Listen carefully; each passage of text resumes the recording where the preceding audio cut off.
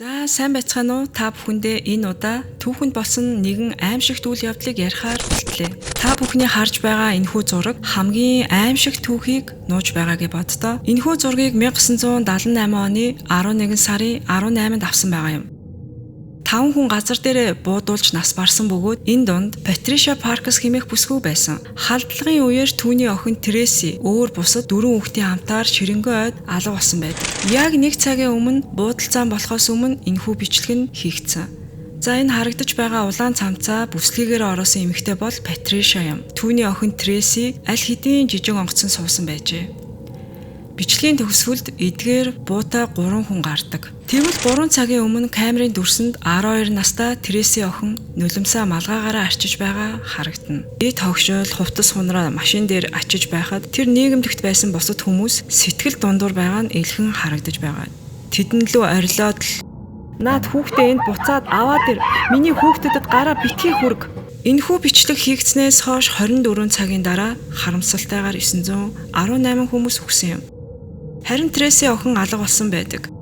Энэхүү эмгэнэлт үйл явдал Джонстауны алга хэмээн түүхэнд тэмдэглэгдэн үлдсэн ч одоо хүртэл учир битүүлэг зүйлс зөндөө байдаг. Бурхны авралаар хэн нэгэн хамгийн залуу амьд үлдэгч Треси охиныг авардаг. Өнөөдөр Джонстауны нөхцөл байдал удлан бүрдэгджээ. Хүмүүсийн сүм цуглаан гих шашны гаж урсгалаас болж 910 хүн хорууж газар дээр нас орсон.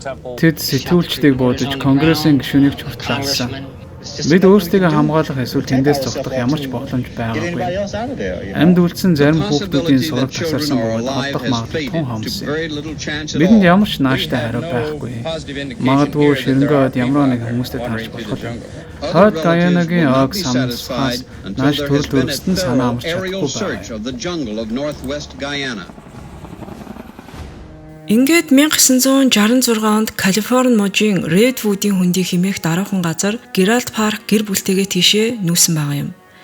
Тэрээр хүүтэндээ эсвэл цөмийн аюулаас айж 3 хүүхэд болох түүний хүү Дейл, охин Бренда мөн 3 настай Тресиг дагуулад охоёогоос ахуулаад тавхисан юм. Парксийн гэр бүл бол Калифорнид номлогч Жим Джонсныг дангасан 100 гаруй хүмүүсийн нэг нь байжээ. Редвудын хөндий бол тэдний хувьд төгс хорогдох газар нь байж 1973 онд 7 жилийн дараа Джонс өөрийнхөө газар дээрх Деважин хэмээх хотыг Өмнөд Америкт барьж байгаа тухай ярьж байсан. Үүнийг ард түмний сүм хэмээх хөдөө аж ахуйн төсөл гэж нэрлэж байлаа. Энэ газар дараагаар нь түүхэнд Джонс Таун гэж нэрлэгдэх болно. Энийгээ тэрээр амлагдсан газар л гээд байгаа юм. Үүнд Жеральд болон Патришаг бодвол Треси охин энэнд нь тийм ч их дуртай биш байжээ. Үүнээс хойш 1977 оны 8 сарын 1-нд буюу 4 жилийн дараа Америкийн хэвлэл мэдээллийн нэгэн сонинд ард түмний сүм хэмээх шашны байгууллагыг буруу шааж итгэгчдээ зодож хүчирхийлдэг гэсэн нийтлэл бичигдсэн байжээ. Гэсэн ч номлогч Джонсыг дагах маш олон итгэгчид Деважингийн хот гэдэг энэ газар руу нүүхээр болсон юм байна л та. Ард үлдсэн гэр бүл нь явж байгаа хайртай хүмүүсийнхээ араас ямар их санаа зовж байсан нь мэдээж ойлгомжтой. Сар өнгөрсөн ч Парксийн гэр бүлээс сураг чимээ байгаагүй. Ингээд 1978 оны 11 сарын 17-нд буюу яг 1 жилийн дараа Калифорни мужийн сенатор Лео Райан хүмүүнлэгийн тусламж үзүүлэхээр Гаяна руу ниссэн байгаа юм.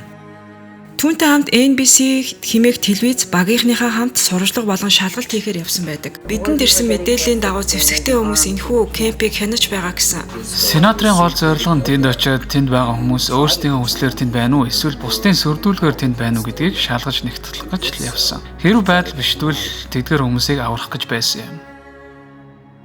Джонстаун руу явсан бүхий л үйл явдлыг камераар бичиж байж, энд гарч байгаа дүрс бичлэгүүдийг Гаянагийн жижиг нисхийн зурвасаас олжээ. Би энд Америкийн нэгдсэн улсын засгийн газрыг төлөөлж байна. Энд байгаа Америк нэгдсэн улсын иргэдийн эрүүлгүй аюулгүй байдлыг шалгахаар энд ирсэн юм. Түүний кемпэд ирэхэд Лео Райан хачиргалтай зүйлс олж харсан. Хүүхдүүд инээж ханиаж, нас бит хүрсэн хүмүүс өнгө хувцс өмсөн тоглож наадаад дуулж байлаа. Гаянагийн ширэнгөө дотор бүхэл бүтэн хүмүүсийн нийгэмлэг байгуулна гэдгийг хараад гайхахгүй байхын аргагүй билээ. Муда хар шорш ногоо вандуу гэд өөр агуулгадд байгаа. Энэ бүхнийг агуулгыг үзүүлэх боломжгүй лээ. Кулайд хэмээх ундаач бас бий. Эхэндээ энэ бүхнийг харах юм бол Джонстаун бол амьдрахад дагуу газар гэж бодогдож болох. Энд бол дагуу л байна. Навч модод дунд барил олохоор скаутинг харж байгаагаар энд үнэхээр гайхалтай л байгаа зү. Гэвч энд нэг зүйл биш байсан. Тэдний нүдний цаана нууцлаг гуниг тодорхон тэр. Энд байгаа бүх хүмүүс үнэхээр жаргалтай байна гэж юу? Зарим хүмүүс нь хүссэн ч явж чадахгүй байх байсан. Чи өөрийгөө явж чадна гэдэгт итгэлтэй байна уу энэс? Тэр би хүсвэл хүссэн зөв рүүгээ явж чадна. Би итгэж байна. Энд ирээд хэдэн өдөр болж байна. Надад ямар ч хандлалга. Энд үнэхээр гайхалтай байна. Харин орой болоход эндхийн орсон суугчид сенаторыг ирсэн талархаж байлаа.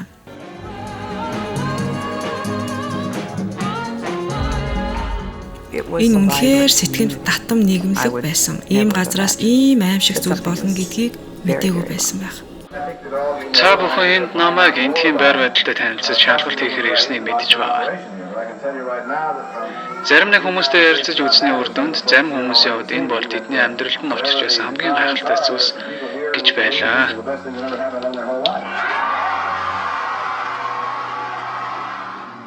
Энэхүү аз жаргалтай алга ташилтын ард аимшигтай нууц агуулгадж байжээ. Нэгэн сурвалжлагч павильон дундуур алхаж байхад хэн нэгэн түүнд нууцаар захиа өгчээ. Биднийг Джонстаунаас гарахад туслаач гэсэн байлаа. Ингээд 11 сарын 18-нд буюу маргааш өдрийн 11 цаг 30 минутанд Жералдын ээж Эдит Паркс шууд сенатор Райан руу очиод бид энд яг л шоронгийн хоригдол шиг байна. Биднийг аваад яваач гэжээ. Ингээд сенатор Райан Жералдаас түүний ээж нь үннийг хэлж байсан эсхийг асуухад би хэлэхдээ энд 7 сар хагас болж байна. Бид гэртээ хармаар байна гэж хэлсэн. Хинч Жералд болон тэдний гэр бүл юу уудаж туулсныг төсөөлж дараагийн 72 цаг бол Тересийн хэмээх охины хувьд амьдралдаа туулж болох хамгийн аимшигтай цаг хугацаа байх болно. Тересигийн түүх Редвудийн хөндийгөөс эхэлдэг. Миний аав яг үнэндээ Джим Джонсыг анхандаа сайн хүн гэж итгэж байсан. Ард түмний сүмд төрсөн хүний хувьд бүх насаараа Джим Джонсыг бурхнаас сонгогдсон хүн гэдэгт итгэж байлаа. Алуу хонгор минь наашаа хүрээдэр босоод алхаад ир. Зүрхийг чинь нэвэг босоод алхаад ир. Нэгэн цуглааны үеэр тэрэгэнцэртэй эмэгтэй босхийг хүсдэг. Түүнийг босоод зогсоход хуран цугларсан хүмүүс сэтгэл хөдлөлтөө автаж байлаа. Тэгээд тэр түүнээс алхахыг хүсдэг. Наашаа алхаад ир. Наашаа алхаад ир. Наашаа алхаад ир. Чи чадна. Алхан бүрийн дараа түүнийг өөр дээр нь ирэхийг хүсдэг.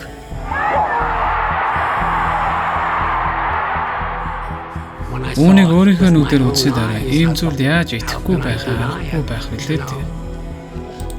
Энд Жералдын мэдхгүй нэг зүйл нь тэрхүү тэрэгэнцрээсээ боссон эмэгтэй Джонсын нарийн бичиг байсан байгаа юм. Түүнийг тусгай үзэгдэлтэд ашигладаг байсан байна. Мэдээж би үргэлж Джим Джонсны талаар сайхан сэтгэлдээ байсан.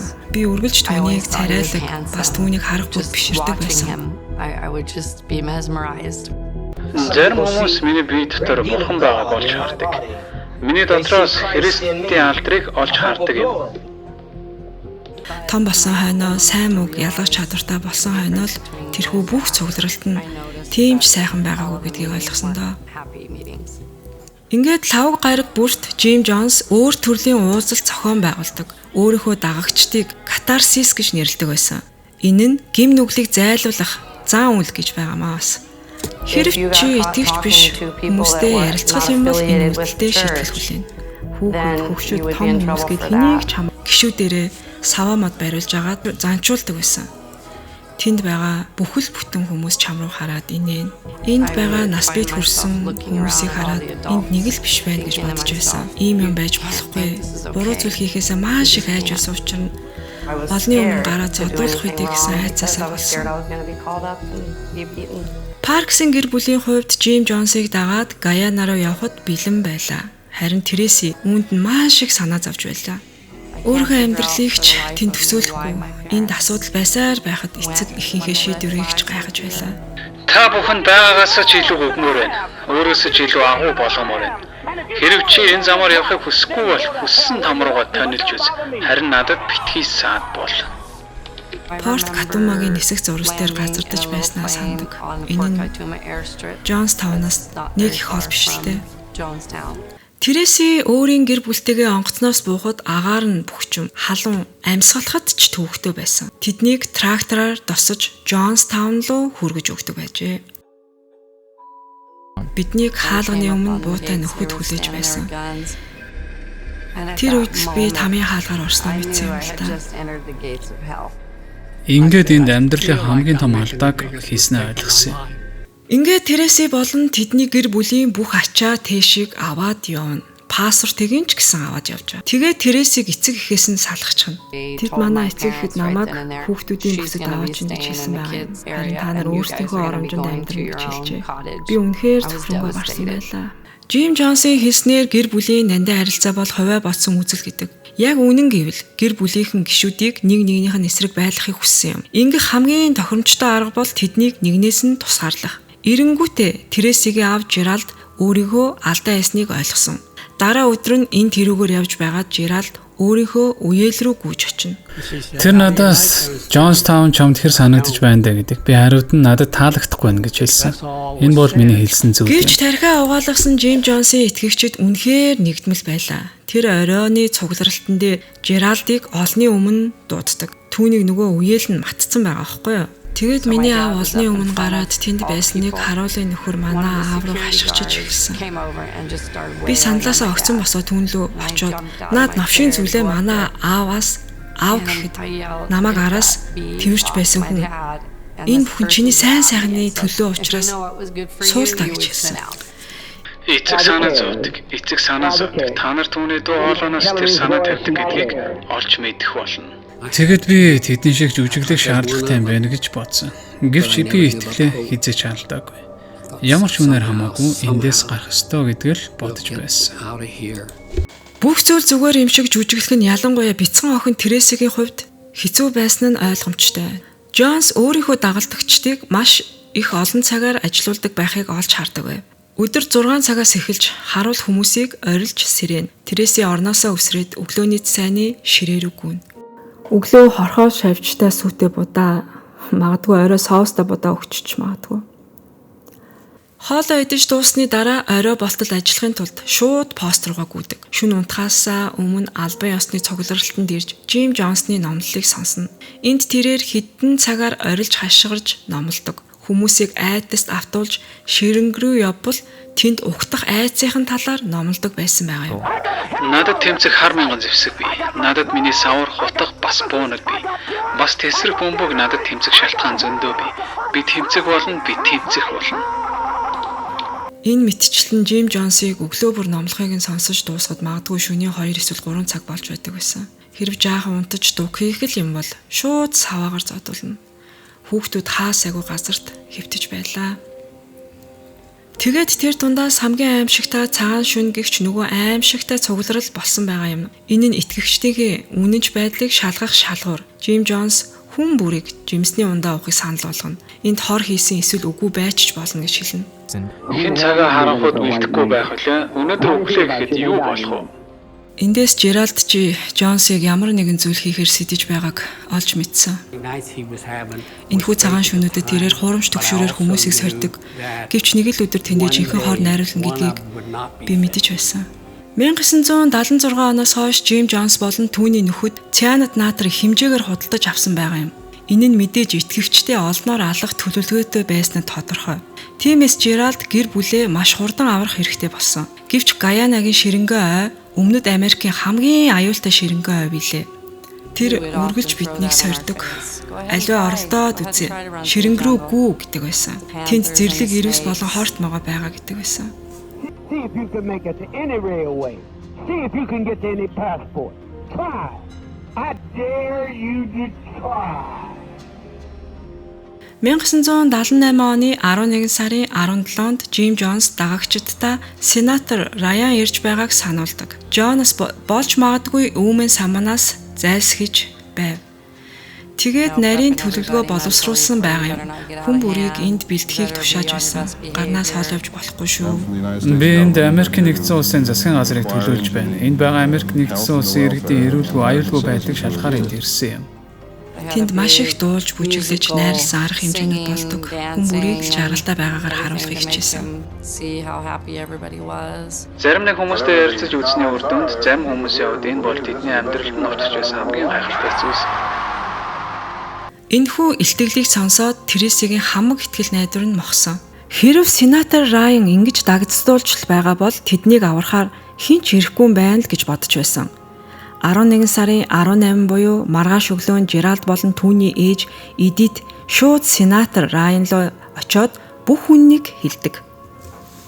Би түүнд энд ирээд 7 сар хагас болж байна. Бид гэртээ арихыг хүсэж байна гэсэн. Тэгээд тэр надад та нар өнөөдөр гэхэд Америк руу буцна гэж хэлсэн юм да. Гэвч Жеральд бүх зүйлд тийм ч итгэлтэй байсангүй. Өөр бусад гэр бүлүүд ч гэсэн тэдэнтэй явахыг хүсдэг. Бас эдгээр хүмүүстэй хэрүүл өдөөхийг хүсэж байсан Жим Джонс Жеральдын гэр бүлийг яагаад явах болсныг асууна. Жеральд энд цэнхэр цагаан судалтай Мак өмссөн байгаа нь харагдаж байна. Ард нь түүний охин Бренда зогсож байна. Мэдээж Джонс тэдний энэ гинтийн шийдвэрт гайх нь ойлгомжтой, бас энэ бүхэн түүнд таалагдаагүй ч ойлгомжтой. Энэ бүхнийг би сонсоод шоконд ороод шууд уйлж эхэлсэн. Малгайгаараа нулимсаа арчиж байлаа. Би айснасаа болоод уйлж байсан. Мэдээж сенатор Райан эдгээр хүмүүсийг аюулгүй гэрт нь аваачин гэсэн итгэлтэй байсан ч өөр бусад хүмүүсийг итгүүлсэнгүй. Харуулууд тэдний ачаа тийшийг аваад ачааны машин руу зүүн. Тэднийг Джонс таунаас гарах гэж байхад үүмэн самуун газар авч эхэлсэн. Алив чи наад хүүхдүүдээ наанасаа аваад ир. Байж байгаарай. Чи наад хүүхдүүдээ аваад ир. Миний хүүхдүүдэд битгий хүр. Тэд ч ёстой биднийг 9 жороор харааж байсан. Нэг хуульч надаас тэнд энд яг юу болоод байгаа юм бэ гэсэн.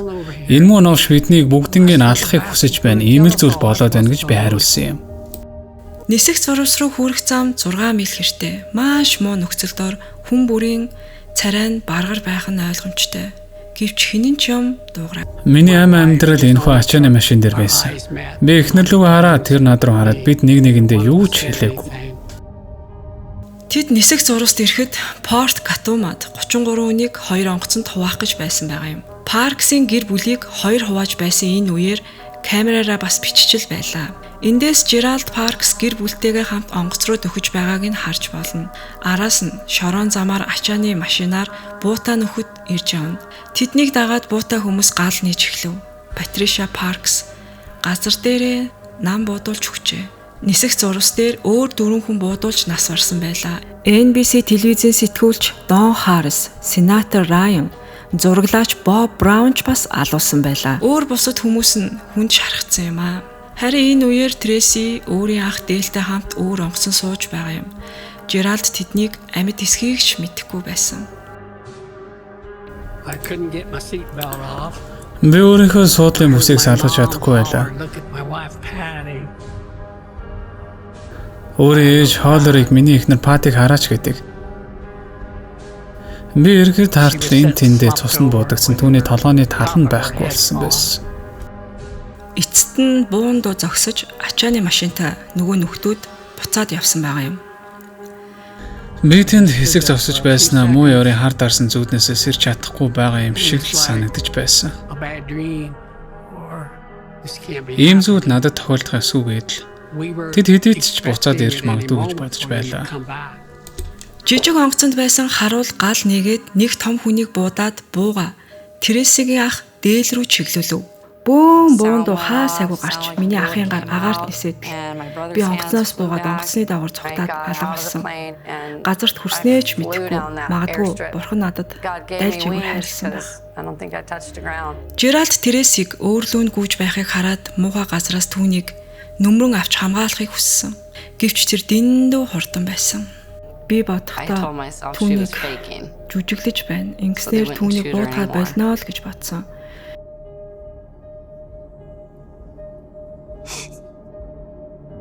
Би түүнийг аюулгүй газар аваачих ёстой гэж бодож байлаа. Би ширэнгөө анзууг хараад тийшээ жаахан яваад. Гэхдээ битгий хоол яваарай гэж хэлсэн. Биднийг дуудах хүртлээр тэндээ байж бай гэж би сануулсан. Бид хамаг хурдаараа ширэнг рүү гүйж байлаа. Жеральд болон түүний ээж хоёр нисэх зурваст үлдээд Трейси болон түүний эгч Бренда болон өөр бусад 3 хүүхдүүд өөрсдөө найтахаас өөр арга байсангүй. Джонс биднийг барьчих үедээ гэсэн айцаасаа болоод бид дэндүү холбогч гисэн байсан л да. Ямар ч зам олсон, ямар ч пассвортоор хаашаа явахыг чинь харъя. Аливаа оролдоод нэг үз. Биднийг хайж байгаа л гэж бодсон. Шүн болохоос өмнө ширэнг рүү ирээд хүүхдүүдийг хайж эхэлсэн. Ямар ч хариу байгаагүй. Ингээд ёстой сэтгэл минь эмтэрх шиг л болсон. Учир нь бид Гаянаг дэлхийн хамгийн аюултай ширэнгөө гэдэгт бат итгэлтэй байсан болохоор л тэр. Шүүн дунд охид модонд авирч унтах газар олов. Тэдний эргэн тойрны ертөнцийн түнэр харанхуй байсан. Тэд буун дуу сонсов. Бид тэдний буцаж ирээд үлдсэн хүмүүсийг алхаар ирсэн л гэж бодож байлаа. Одоо ингээд өнгөрдөг юм байна гэж бодсон. Ингээд бидэнд хинж болцсон. Энэ бол миний амьдралын хамгийн аимшигтай шүү байсан. Ингээд 11 сарын 19-нд ширэнгэд 2 өдөр өнгөрөөсний дараа Тереси охин өвдөж эхэлв. Идэх хоол, уух усгүйгээр түүний бие махбод сүлдэж эхэлсэн байлаа. Түүний хамгийн том эгч Брендан хүүхдүүдийг амьд байлгахын тулд чадах бүхнээ хийж байв. Учир нь Джим Джонсыг хүмүүс магадгүй тэднийг хайж байгаа л гэж бодсон байх. Дараа өдрийн 2 дахь өдөр нь аврах багийн нисдэг тэрэг тэдний дээгүүр нисэж байлаа. Гэрэл нь навчин дундуур зүсэж тусаад л хүүхдүүд харагдахгүй тулд бүхий л чадлаараа нуугдж байлаа. Учир нь тэд дахиж Джонстаун руу явахыг хүссээгүй. Тэр орой Треси маш өндөр халуурч байсан юм. Өөр буссан ч гэсэн өвдөж эхэлсэн байв. Яг энэ үед л орчлын ертөнцийг бүтээгч Бурханаас гуйж байсан. Бууж өгөн. Тэмцэж амьдрахаас хамаагүй амархан тайвширмаар санагдаж байлаа. Ингээд 11 сарын 20-нд буюу 3 дахь өдөр нь 5 хүүхдүүд бүгдээрээ өвдөд хөвтөд төгсөн байлаа. Эцэж туйлдсан тэд ширэнгэн дунд газарт байс хийгээд л хөвтөд өгнө. Брендад хүүхдүүдийг цааш нь авч явах тэнхэл бас байсангүй. Бас дүү Тересигээ ч гэсэн сэтгэлээр унгаахыг хүссэнгүй. Би сандаг хэрэг бид өнөөдөр л эндээс гарахгүй бол хизээч эндээс гарахгүй гэдгийг мэдэж байсан. Гинэт ширэнгэн дундаас хөгжмийн чимээ сонсогдсон. Хин энд хөгжим тоглоно гэж. Хин хаанаас юу гарч байна гэдэл. Миний эгч намайг зохиод босоод ир гэж хэлдэг. Энэ нь яг л бодит амьдрал руу аваад ирэх шиг болсон. Надад бодох хүч өгсөн. Дараа нь нөгөө хөгжим нь генераторын дуу чимээ болохыг ойлгосон. Хүүхдүүд Брандаг эзгүй газраар дагаж явна. Бранда тэднийг модон дундуур дагуулж чимээ хаанаас гарч байгааг сонсхийг хичээж байв. Тэгээд дахиад л гүйж эхэлдэг. Хэсэг хугацааны дараа буута хүмүүс ол дагуу эргүүл хийж байлаа. Би тэднийг надад туслана гэж бодсон. Эсвэл Джон руу ч юм уу авч явж магадгүй л гэж бодсон. Дэндүү их өвцөн байсан болохоор энэ сүлдээ надад ямар ч хамаагүй болсон байсан л та. Цагдаа нар над дээр ирээд хүүхдүүд олдсон гэж хэлдэг. Энэ үгийг сонсоод амьдралдаа анх удаа энийг шалтгаанаа олж чадсан мөч байлаа. Треси болон Бранда хоёр дахин эцэг болон эмээтэйгээ нийлсэн байв. Ах дээлэнч гэсэн ашгүй амьд сэрүүн байжээ. Би түүнийг харсан даруйдаа гэртээ харих нь л гэж бодсон. Одоо нэг гэртээ харих нь байна даа л гэж бодож байлаа. Тэрхүү тамийн хаалгаар орсноос хойш анх удаага эрх чөлөөг мэдэрсэн нь тэр өдөр л байсан юм. Ингээд Тереси болон түүний эгч хоёр эцэст нь нэг санаа амарч болохоор болжээ. Тэдний энэ сайхан гэр бүлийн хамтдаа дахин уулзсан баяр хөөр нь удалгүй дууссан. Дараа нь тэд Джонстаунд цаашид болсон бүр аимшигтай түүхийг олж мэдсэн байгаа юм. Яг тэрхүү халдлага болох өдөр тохиолдсон аимшиг. 11 сарын 18-нд охид олдохоос 2 хоногийн өмнө 4 цаг 30 минутанд ард түмний сүмийн итгэгчдийг хурлын асартаа бүгдийг нь дуудсан. Тэрхүү газрыг битүү зэвсэгтэй хүмүүс хамгаалж байлаа. Энэхүү цуглааныг дуу хураагуурт бичжээ. Зайлуу наашаа бүгд цугларцгаа. Энэ бол маш амархан. Энэ үед цаандын хороо Cool Eyed ундаанд хойсон байжээ. Ингээд итгэгчтэй уухыг шаардсан. Хэрвээ бид амар амгалан амьдарч чадахгүй бол амар тайвнаар өөхөх замыг сонгох хэрэгтэй. Дуу бичлэг 45 минутын хэмжээтэй урт байжээ.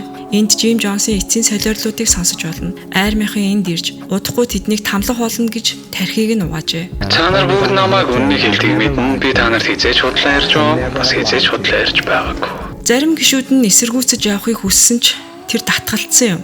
Та нар хаашаач явахгүй. Та нар хаашаач явж чадахгүй. Зарим гишүүд сайн дураараа хор ууж өгчээ. Харин зарим нь толгойдоо буу тулгуулж хүчээр хор ууж байлаа энэ үеэр. Үйл явдал удалгүй хар дарсан зүйл болж хуурсан юм аа. Нэр төртөөгөр өгцгөө. Амьдралаа нэр төртөөгөр дуусгацгаа.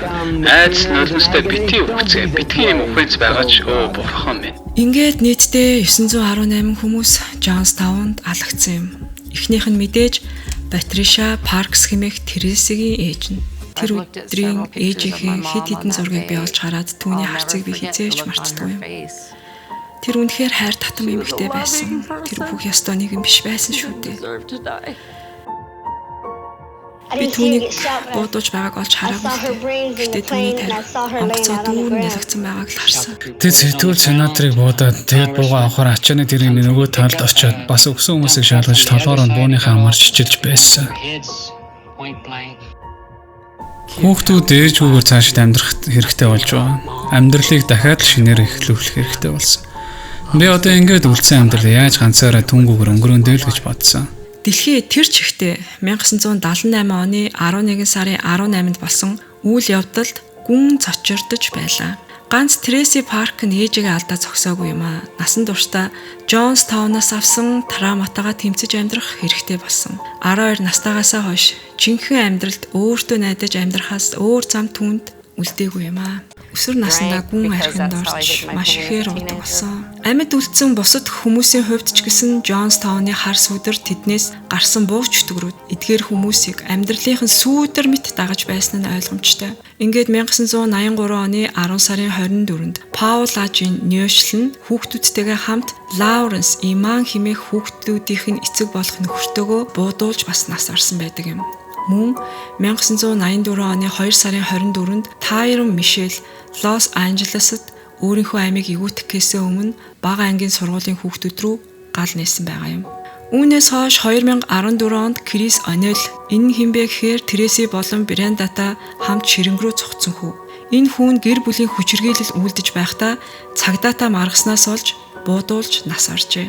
Мэдээж бүх амьд үлдсэн хүмүүсийн амьдрал эмгэнэлтэйгээр төгсөөгүй л дээ. За ингээд 2013 онд эмгэнэлтэйгээр Трейсигийн эгч Бренда нас барсан ч гэсэн ээжийнхээ үхлийг үнгүүдүүлэхгүй тулд амьдралд тэмцэх замыг сонгосон юм аа. Энэ миний бодсноос ч хэцүү юм гэж.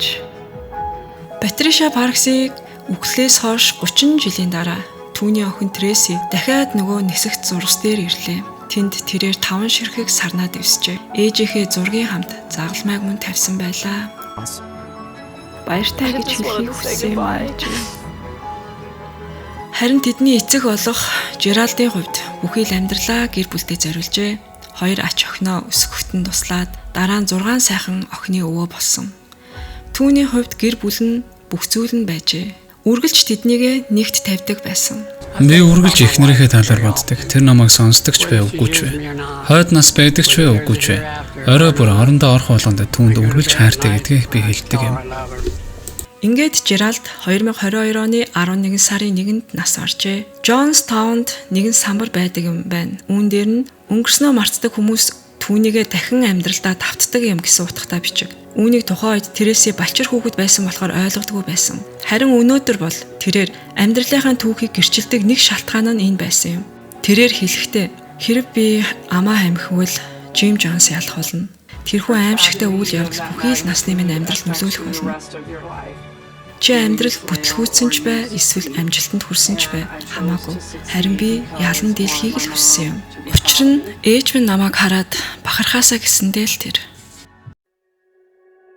За тэгэхээр Джонстауны хэрэг бидэнд хит төвлөрсөн эрх мэдэл, шашны хит туйлшрал, хаалттай орчинд шүүмжлэлгүй дагах, айдас дээр суурилсан удирдлагын хор уршгийг маш тод харуулж байна.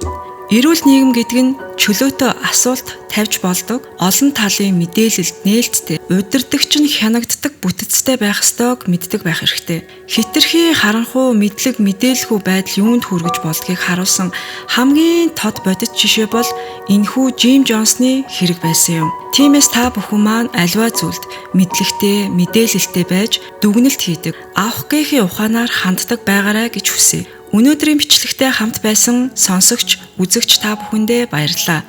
Бичлэг таалагдсан бол мэдээж subscribe дараарай. Илүү сонирхолтой мэдлэгт нэмэр болсон бичлэгүүдээр удахгүй уулзцаая. Gen Time байлаа.